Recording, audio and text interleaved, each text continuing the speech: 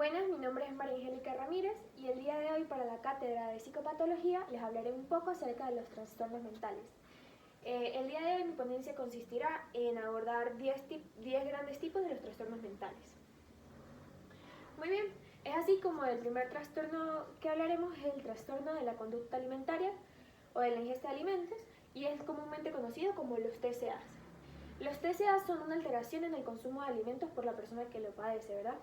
Estos se engloban, en dos grandes grupos. El primero es cambio en lo que se consume y en la cantidad de lo que se consume, y el segundo es las medidas que toma la persona que está afectada por esta enfermedad en relación a la comida, ya sea, por ejemplo, o no comer nada o consumir alimentos y vomitarlos. Ok, pero ahora, ¿cuáles son estos trastornos de la conducta alimentaria? Pues se engloban en 6. El primero es la anorexia nerviosa y este es un deseo inminente de la persona que lo padece por adelgazar.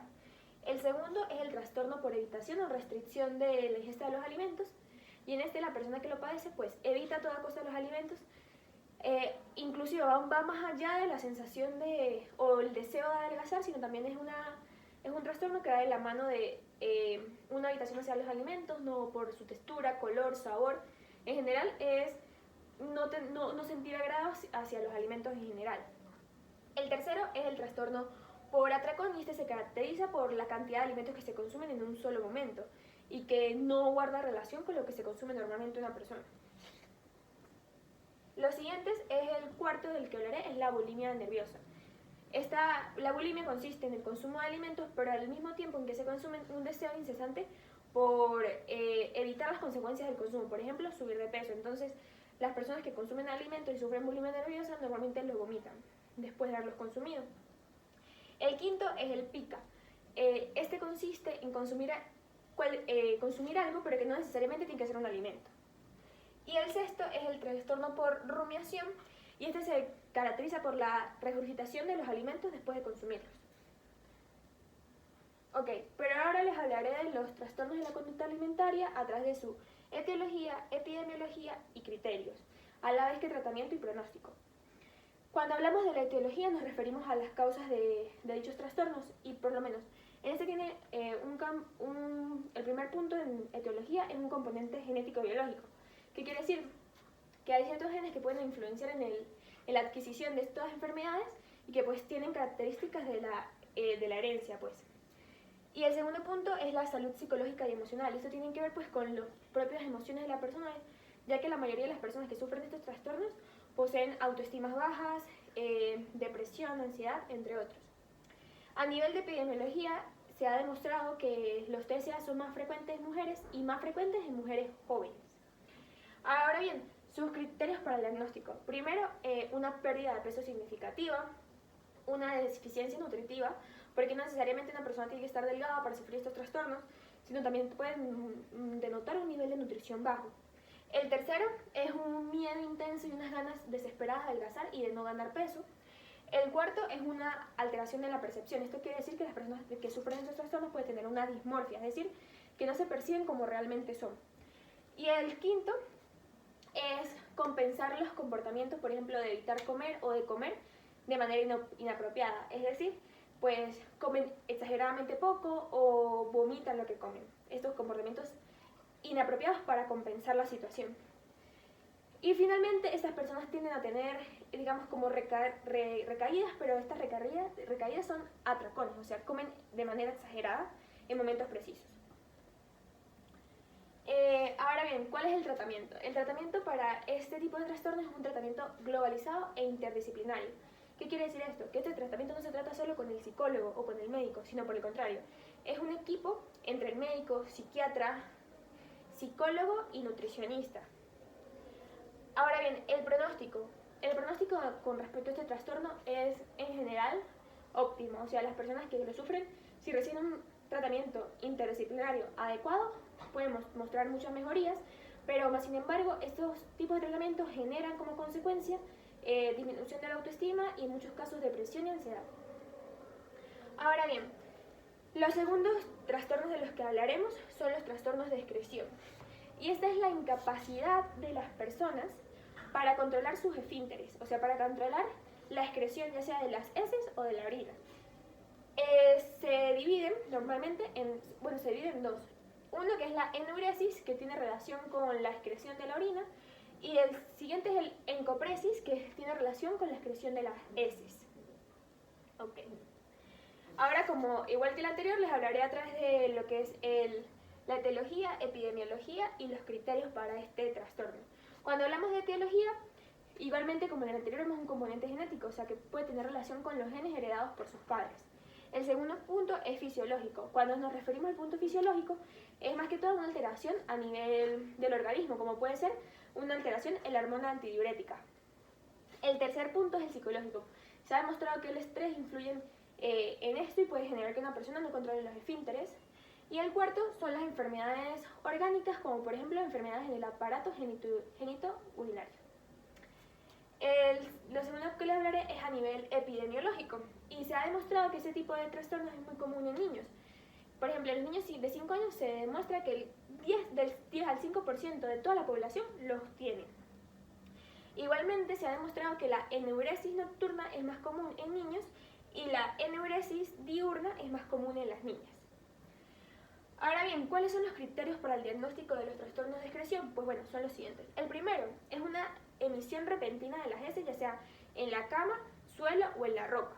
Y el segundo es que esto se manifieste consecutivamente, o sea, porque si haga una vez no quiere decir que se padezca este trastorno, sino que tiene que ver por lo menos durante varios meses de un año. Igualmente, hablaremos del tratamiento y del pronóstico para dicho trastorno. A nivel de tratamiento, se habla de la incorporación de rutinas, como por ejemplo, antes de irse a la cama, que el niño orine, por ejemplo, también que no consuma agua unas horas antes de igual de acostarse a dormir, igual que al despertarse inmediatamente vaya al baño, este tipo de rutinas. E igualmente se hacen ejercicios de la vejiga, como por ejemplo es no necesariamente aguantar las ganas de ir al baño, sino saber controlarlo, pues saber cuándo es que quiero ir y cuándo es que no. Y el pronóstico, pues suele ser muy positivo. La mayoría de los niños que han padecido esto mejoran con este tipo de tratamiento, pero también se ha demostrado que en ocasiones los niños que sufren este tipo de trastornos se ven afectados en su autoestima, pero esto normalmente tiene relación en cómo su familia reacciona ante estas situaciones.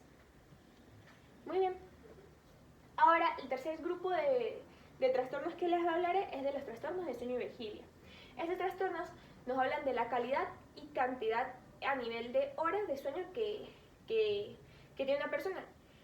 Estos trastornos hablan de una alteración en ese horario y calidad de las horas de sueño, ¿verdad? Estos son una gran cantidad de trastornos y se los mencionaré leyéndolos porque son muchos.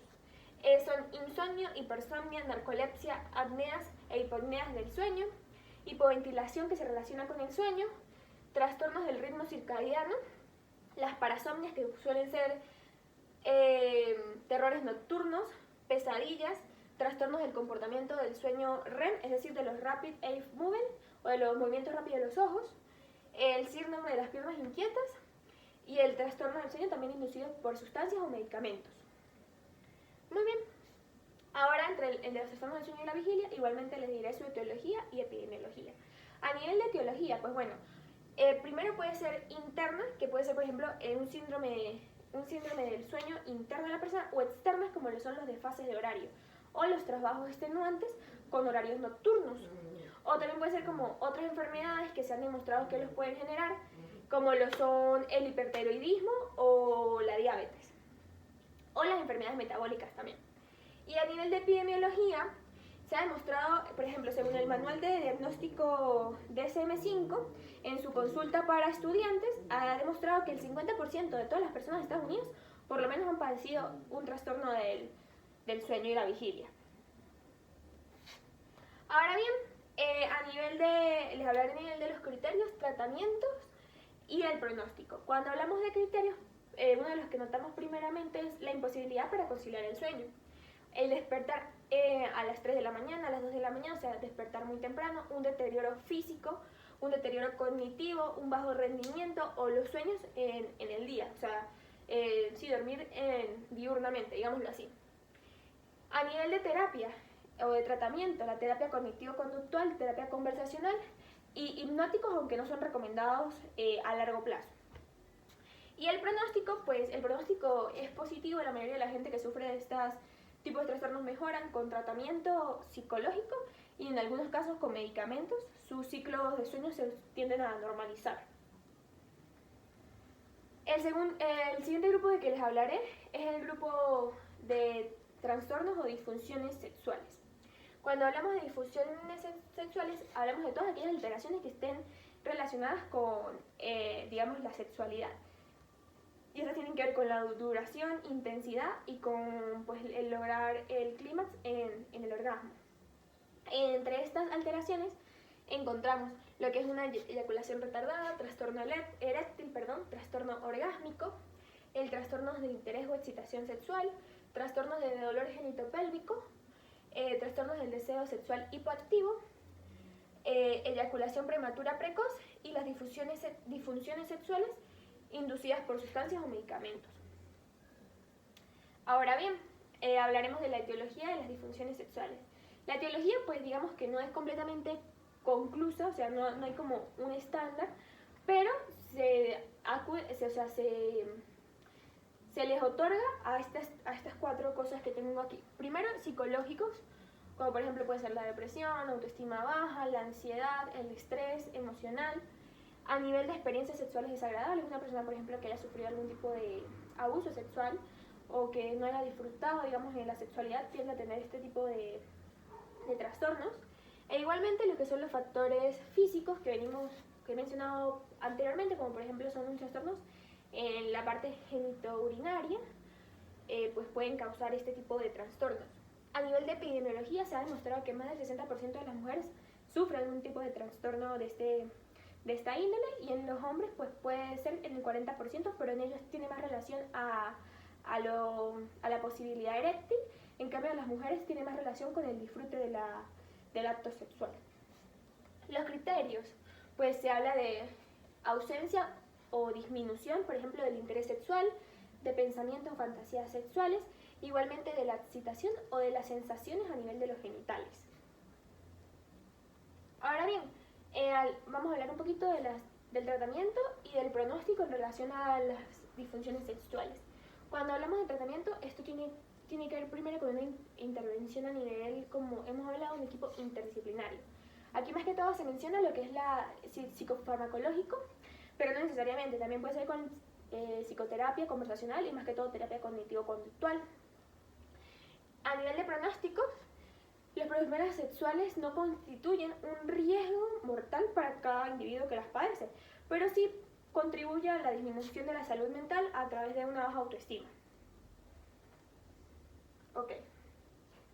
El siguiente trastorno del que les hablaré son los trastornos, bueno, no son trastornos, perdón, discúlpeme, de la disforia de género.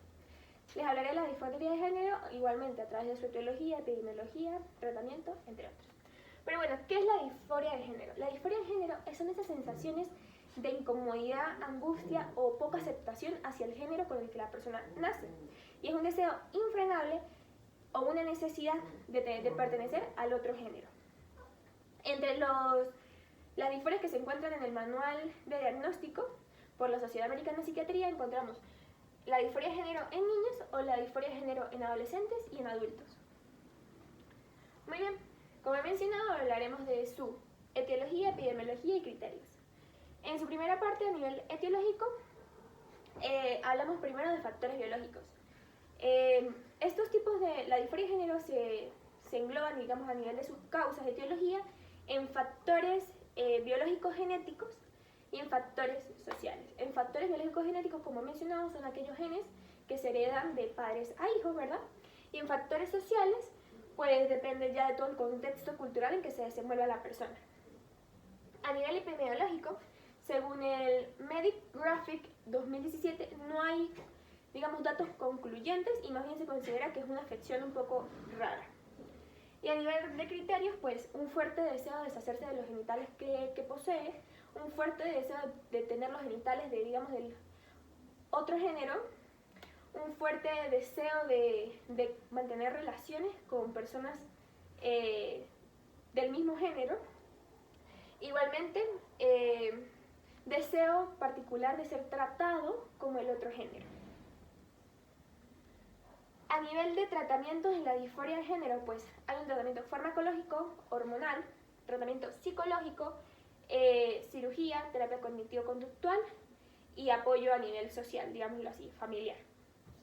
Y el pronóstico, pues estas personas a la actualidad pues tienen, digamos, en otros países, no hablaré aquí en Venezuela, muchos beneficios, pueden llegar a cambiar su género con, digamos, un poquito más de facilidad, pueden llegar a adaptarse a sus vidas, pero mientras están en el proceso de, por ejemplo, de hacerse una cirugía, si así lo desean, pueden llegar a presentar lo que es depresión, autoestima muy baja y ansiedad generalizada. Muy bien. De los siguientes trastornos que hablaré son los trastornos disruptivos del control de los impulsos y de la conducta. Ok, estos trastornos son actuaciones o comportamientos en que la persona no se considera apta o adecuada a los estándares sociales y normativas culturales. Es decir, esta persona es considerada antisocial y sus comportamientos pueden llegar a ser perjudiciales para la sociedad. Entre estos trastornos se encuentran trastornos negativistas desafiantes, trastornos explosivos intermitentes, trastornos de la conducta, trastorno de la personalidad antisocial, piromanía y la cleptomanía. Muy bien. Ahora, como en los anteriores, hablaré a través de su etiología, epidemiología y criterios. En la etiología de estos trastornos se considera lo que es el abuso sexual, el maltrato, una mala relación con su familia, igualmente experiencias traumáticas, lo que he dicho, abuso sexual y antecedentes familiares de algún tipo de trastorno disruptivo. Es decir, también tiene un componente genético. A nivel de epidemiología, en Estados Unidos se hizo un estudio y se demostró que 3 de cada 1000 niños padecen un trastorno disruptivo.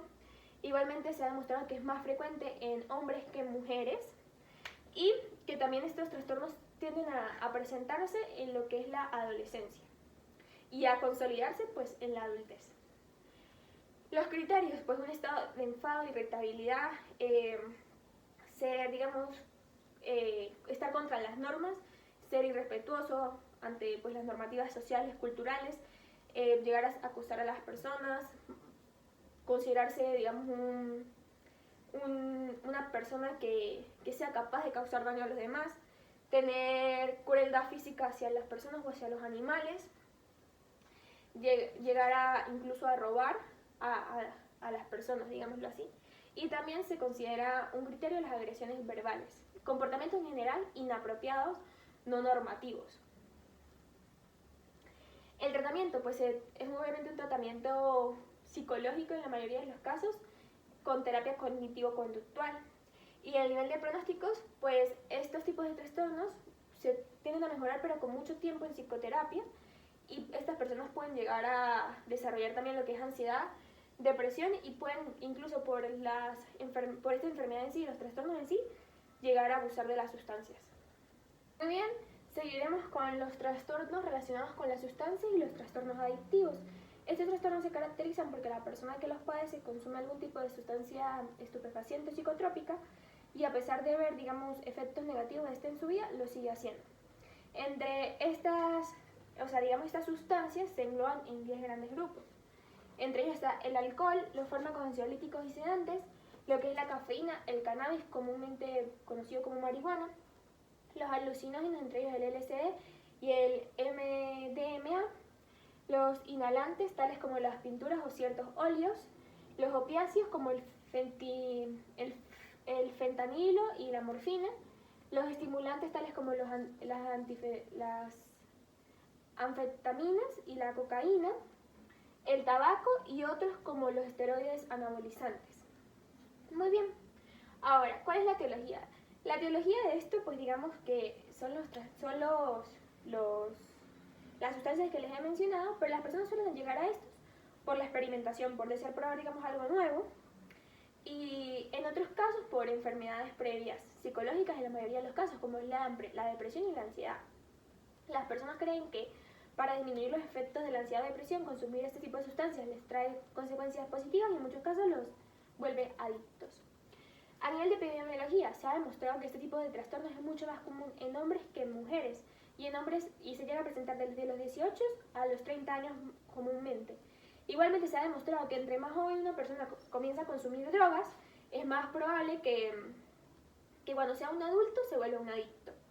A nivel de criterios, se ha demostrado que para que se considere que una persona entra en este, digamos, tipo de trastorno, tienen que tener dos de estos criterios por lo menos durante 12 meses. El primero, que la persona no pueda controlar el uso de sustancias. El segundo, que sea incapaz de cumplir con sus obligaciones diarias, tanto a nivel social como individual y educativo, por ejemplo. El tercero es que las personas, al utilizar estas sustancias, pongan en riesgo su vida. Y el cuarto es que la persona demuestre signos físicos del uso de las sustancias, tales como por ejemplo en la heroína, los pinchazos en los brazos, y pues eso llega a demostrar heridas como quemaduras. Muy bien, a nivel de tratamientos, pues el primero es la desintoxicación aguda. En muy pocos casos se suele ver que se cese, o sea, bueno, normalmente se pide que se cese por completo, pero en algunos casos se puede pedir la reducción, digamos, de las dosis, pero es raro ver esto. Comienza también en el tratamiento de lo que es la abstinencia, la terapia psicológica y en algunos casos terapia farmacológica para sobrellevar, digamos, las consecuencias de la abstinencia en el cuerpo de la persona. A nivel de pronóstico, hay personas que han demostrado recuperarse de trastornos adictivos, si es probable. Esto se hace por medio de mucho apoyo emocional de sus familias, pero también se ha demostrado que gran parte de la población que se recupera durante un momento vuelve a recaer. Entonces digamos que esto es muy subjetivo y depende de cada persona. Muy bien, ahora hablaremos de los trastornos neurocognitivos. Cuando hacemos referencia a los trastornos neurocognitivos, se habla de una alteración o daño a nivel nervioso y cognitivo en el individuo, y esto tiene que ver con la memoria, atención y percepción. A nivel de los trastornos, para considerarse o la clasificación que tienen, se hace en base a los dominios.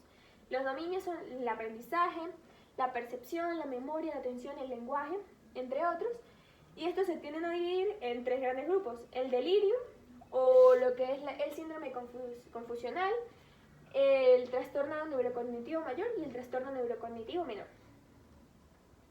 Muy bien, ahora como hemos venido haciendo, hablaré a través de su etiología, epidemiología y criterios. A nivel de etiología, pues estos se tienden a, digamos, presentar comúnmente en personas adultas, o sea, los adultos mayores. Igualmente tienden a ser una consecuencia en muchos casos de enfermedades neurodegenerativas como lo es el Alzheimer, y también pueden ser provocados por, digamos, daños a nivel cerebral causados por accidentes como son ictus, golpes a nivel del cráneo, sí, ¿verdad?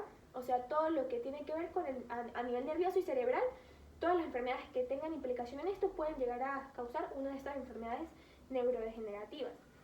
A nivel de epidemiología, se ha demostrado que del 20% en adelante,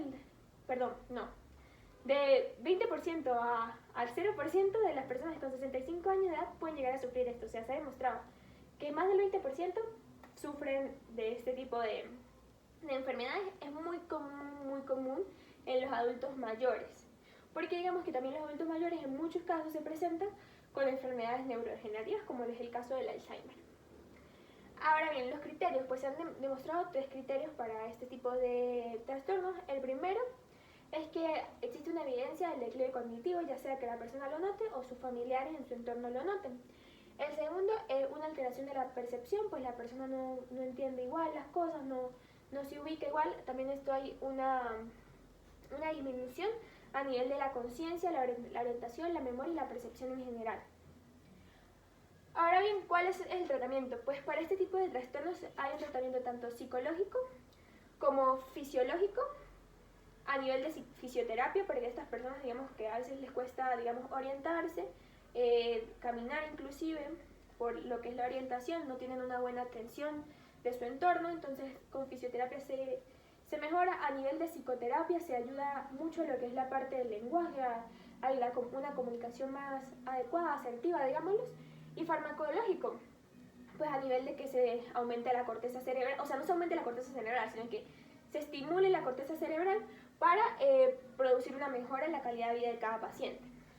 Los pronósticos, pues estas personas en general, como he dicho, gran parte de los adultos mayores pueden llegar a sufrirla, eso no se puede cambiar, digamos, pero su impacto es menor cuando hay un tratamiento farmacológico, psicológico, a nivel de fisioterapia, o sea, Si se hace un equipo adecuado e interdisciplinario, pues esto va a tener una menor incidencia en la calidad de vida de los adultos mayores. Ahora bien, el siguiente grupo que hablaremos son los trastornos de personalidad. Y en los trastornos de personalidad es un grupo de afecciones en los cuales las personas tienen alteraciones en sus conductas a nivel conductual y digamos que se comportan de una manera inadecuada hacia su entorno también. No son, digamos, no siguen el patrón cultural. Cierto, estos se tienden a dividir en 3 grupos. En el grupo A encontramos el trastorno de personalidad paranoide, trastorno de personalidad esquizoide, trastorno de personalidad esquizotípica. En el grupo B, los trastornos de personalidad antisocial, trastorno de personalidad límite, trastorno de personalidad histriónica y trastorno de personalidad narcisista. Y en el grupo C, el trastorno de personalidad evasiva, trastorno de personalidad dependiente, trastorno de personalidad obsesivo-compulsiva. Muy bien. Ahora, a nivel, ¿cómo surgen estos? A nivel etiológico, ¿cuáles son sus causas? Pues se les atribuye un componente genético, biológico, que tiene que ver directamente con la herencia de cada persona, o sea, a nivel hereditario. Y el segundo componente es el nivel cultural, entorno social. Esto se refiere a cómo la persona se desarrolló en su infancia, cómo fueron las características de su socialización. A nivel epidemiológico se ha demostrado que 1 de cada 10 personas posee un trastorno de personalidad. Y a nivel de criterios, pues hay criterios por cada grupo antes mencionado. En el grupo A, pues se caracterizan por comportamientos excéntricos y excesivos. En el grupo B, por comportamientos dramáticos, emotivos y en la mayoría de los casos impredecibles. Y en el grupo C, se caracteriza por pensamientos de temor y ansiedad. Muy bien, ahora hablaremos del tratamiento y pronóstico de los trastornos de personalidad. A nivel de tratamiento, como he mencionado, igual se requiere un equipo interdisciplinario trabajando en pro de estas personas con psicólogos, psiquiatras y médicos, normalmente hasta farmacéuticas, ¿verdad? Como lo he mencionado.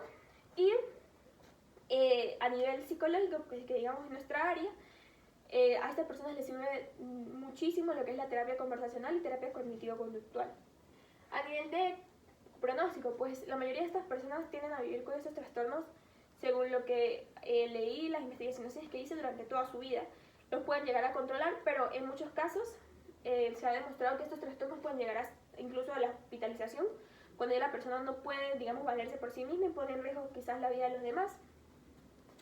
Estos trastornos, como he mencionado, son muy difíciles de llevar en el día a día, pero con tratamiento pueden llegar a ser controlables para tener una vida, digamos, normalizada, tanto la persona que lo padece como sus familiares y entornos directos. Y finalmente hablaremos de los trastornos parafílicos. En los trastornos parafílicos se nota una alteración en el nivel de la sexualidad de la persona. Pero, ¿cuál es la alteración? Es a nivel de la excitación. O sea, las personas con estos trastornos no se excitan, no tienen fantasías y conductas sexuales regulares, sino que por el contrario tienden a tener fijación hacia objetos, situaciones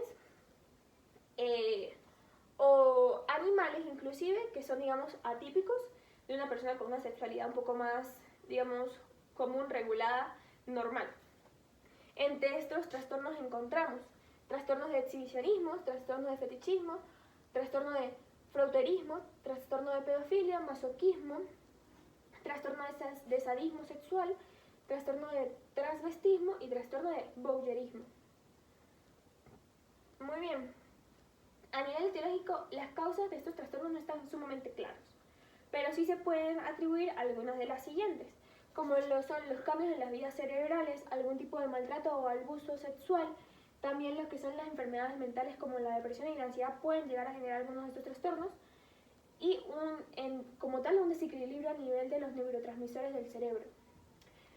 En epidemiología se ha demostrado que solo una pequeña parte de la población padece este tipo de trastornos y se ha demostrado también que es mucho más, tiene una mayor prevalencia e incidencia a nivel de los hombres. Los criterios son 4. Primero, la persona tiene que ser mayor de edad para poder decir que tiene alguno de estos trastornos según lo que establecen. Tener por lo menos algún tipo de estas conductas por lo mínimo de 6 meses. Las fantasías y deseos sexuales son irrefrenables, o sea, no puede evitarse. Y también que estos tipos de, digamos, situaciones, deseos o fantasías pueden llegar a causarle daños a terceros. tratamiento.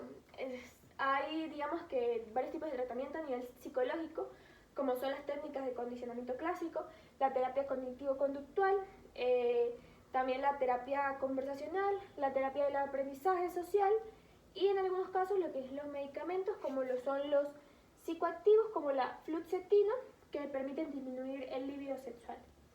A nivel de pronóstico, la mayoría de las personas que poseen algunos de estos trastornos mejora con el tiempo y con la ayuda del tratamiento, pero también esto puede ser, sin lugar a dudas, en la mayoría de las causas, un causante de deterioro social de la persona que lo padece. Finalmente, muchísimas gracias, espero que les haya servido de ayuda la presente ponencia y aquí les paso un poco lo que son las referencias. Estas son unas y estas son las otras. Muchas gracias.